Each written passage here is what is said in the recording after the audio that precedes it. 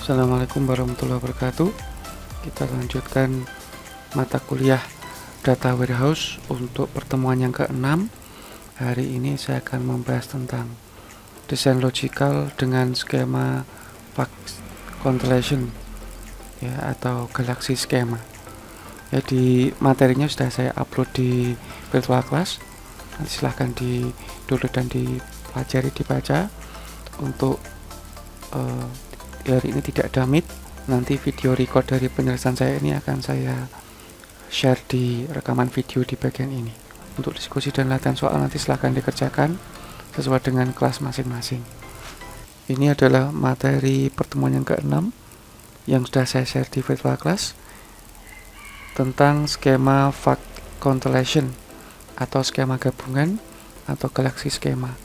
Ini masih merupakan bagian dari desain logical ya, desain logical di data warehouse ya. Jadi ini masih logical ya. Untuk desain logical ini penjelasannya sama seperti pertemuan sebelumnya. Outputnya adalah skema, kemudian ada 3 yang sering digunakan, ada star, snowflake, sama Fact Constellation. Ini saya review sedikit. Skema star itu satu fakta, yang lain adalah dimensi. Kemudian tidak ada normalisasi, hanya adalah satu level dimensi. Ya, klik kinerja lebih cepat karena tidak memerlukan query join yang kompleks. Bentuknya seperti ini. Ya. Jadi satu fakta, kemudian yang lain adalah dimensi. Ini untuk skema star ya. Kemudian kalau snowflake, satu fakta, yang lain adalah dimensinya. Kemudian bedanya adalah di dimensinya ada proses normalisasi, sehingga bisa mempunyai 2 level dimensi atau lebih. Tentunya lebih kompleks dibandingkan dengan skema sebelumnya.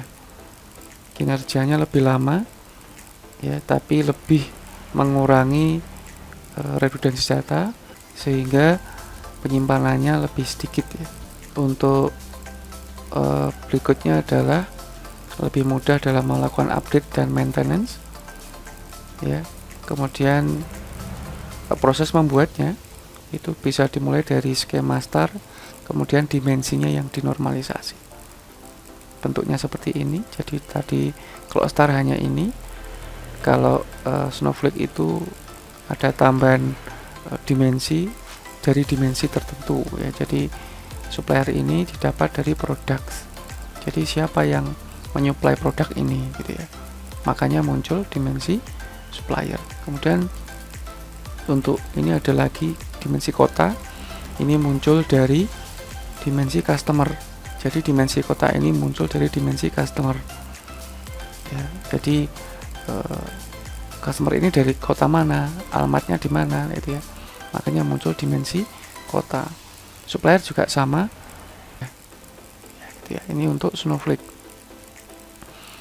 Ini yang untuk bahasan kita hari ini, Fact Constellation, atau nanti bisa disebut gabungan atau galaksi ya. Penamaannya bisa seperti itu. Cirinya adalah lebih dari satu fakta, lebih dari satu ya. Yang lain adalah dimensi-dimensinya tetap sama. Kemudian model skemanya lebih menyeluruh karena faktanya lebih dari satu ya. Jadi nanti yang proses bisnisnya bisa lebih detail juga. Kemudian dapat berupa gabungan. Gabungan dari apa ya? Yang pertama adalah beberapa star skema. Jadi ini ada star skema ya, misalkan satu star skema di sini. Nah ini, kemudian di sini ada star skema yang lain. Misalkan ini yang kotak dimensi ya, yang lingkaran fakta ya. Jadi ini bisa saling terhubung gini. Nah gini ya. Bisa seperti ini. Ini tentunya gini ya. Bisa seperti ini nanti. Nah ini ya, ini untuk skemanya, starnya. Nah, jadi bisa gabungan dari beberapa star skema. Ini kan faktanya 1, 2. ya gitu ya. Kemudian bisa beberapa snowflake, jadi gambar tadi misalkan ini snowflake bisa gabung gini, ini snowflake ya misalkan ya, jadi Anda bisa lihat lagi ya, snowflake itu digabung gitu ya. Nah bisa juga gabungan dari star skema dan snowflake. Nah ini ya, jadi ini misalkan ini startnya, ini snowflake-nya, ini jadi satu, ini star, ini snowflake gitu ya. Jadi bisa gabungan dari kemungkinan dari ketiga macam ini ya. Kemudian seperti ini bentuknya, contoh dari Vax constellation atau gabungan. Ini ada fakta, di sini juga ada fakta ya, jadi dua fakta jadi satu skema, itu namanya skema Vax constellation ya. Ya ini adalah untuk fakta penjualan ya, sales fact. Kalau ini shipping, pengiriman ya. Nah, nanti bisa dicek di dalamnya ini ada apa yang ditampilkan nanti di fakta penjualan. Itu ada unit yang terjual, kemudian yang didapat, dolar yang didapat ya, atau pendapatan bisa, kemudian rata-rata penjualan.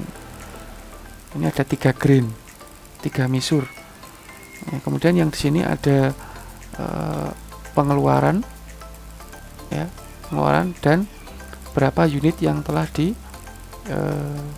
dikirim. Kemudian mereka berdua ini, dua fakta ini nanti berbagi dimensi. Jadi ini ada item digunakan di fakta penjualan, juga digunakan di fakta pengiriman ya. Lokasi juga seperti itu, lokasi digunakan di fakta penjualan, juga digunakan di fakta pengiriman, dan seterusnya ya. Jadi faktanya lebih dari satu ya, dan mereka berbagi dimensi, sama-sama menggunakan dimensi ini ya. Jadi mengapa lebih menyeluruh, karena kita bisa melihat fakta apa saja yang terkait di suatu dimensi, dan dimensi itu kita bisa lihat juga dipakai di fakta apa saja ya. Cuma resikonya ini lebih besar, jadi ini lebih besar, query-nya juga lebih kompleks nanti ya, karena kita ada di beberapa fakta ya, dan dimensinya digunakan di beberapa fakta. Ini contohnya, ini dimensi waktu ini pasti ada ya. Dimensi waktu digunakan juga di dua fakta yang berlainan ini, dimensi cabang. Nah, kalau cabang ini hanya untuk dimensi penjualan, kalau dimensi ini pengirim ini juga hanya digunakan di fakta pengiriman.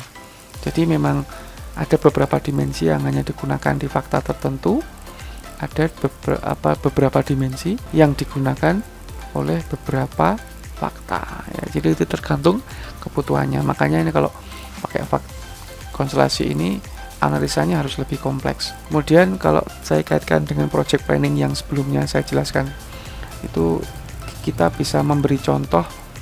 Ada dua misur atau dua green di sini, mengetahui jumlah apa dan jumlah apa.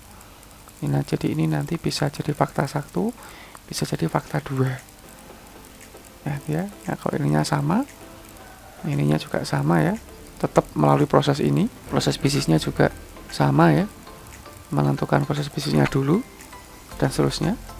Greennya ini bisa lebih dari 1 nanti, jumlah apa dan jumlah apa, total apa sama total apa gitu ya. Nah, jadi bisa lebih dari 1. Nah, dimensinya nih silakan bisa pakai star, bentuk star atau snowflake. Kemudian faktanya bisa lebih dari 1 tadi ya. Misalkan fakta produk dengan fakta supplier. Tadi bisa juga dengan fakta penjualan, bisa juga dengan fakta pengiriman. Ya. Nah, kalau yang contoh yang lain adalah misalkan fakta mahasiswa dengan fakta dosen. Bisa juga dengan fakta nilai, fakta apalagi gitu ya. Nah, gitu.